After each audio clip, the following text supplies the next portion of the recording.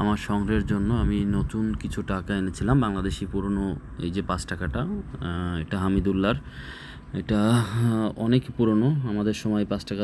আমার কাছে যতগুলো 5 টাকা আছে তার মধ্যে এইটাই সব থেকে পুরনো নোট। এরপরে পুরনো এই 60 টাকা, এগুলো হলো স্মারক নোট। স্মারক নোটের আমার কাছে বেশি কালেকশন নাই, আমি সবগুলো কালেক্ট করতে পারিনি। 60 টাকা এবং একটা 100 টাকা, এই দুইটাই আমি কালেক্ট করতে পারছি। এই যে 100 টাকার নোটটা, স্মারক নোট মনে হয় 12 থেকে 14টা হয়তো বা স্মারক নোট আছে টোটাল। কয়েনও আছে কিছু, বাট আমার কাছে আপাতত এই দুইটাই আছে।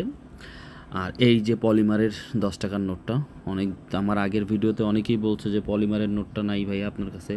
ওই সময় আমার কাছে ছিল না, বাট এই নোটটা আমি এবার কালেক্ট করছি।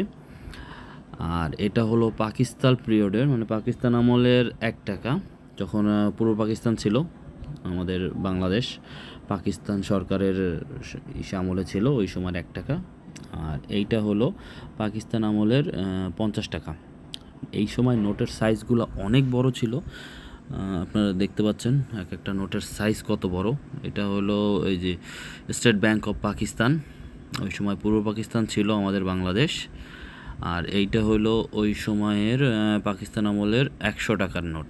এই নোটটা আরও বড়। আমার কাছে যতগুলা নোট আছে সব থেকে বড় সাইজের নোট এইটা 100 টাকার নোটটা। এই যে আপনারা আমার হাতের সাথে মাপ দিয়ে আমি দেখাচ্ছি এটা কত বড় একটা নোট। এই নোটগুলো আমি রিসেন্ট কালেক্ট করছি, এখনও অ্যালবামে অ্যাড করা হয়নি।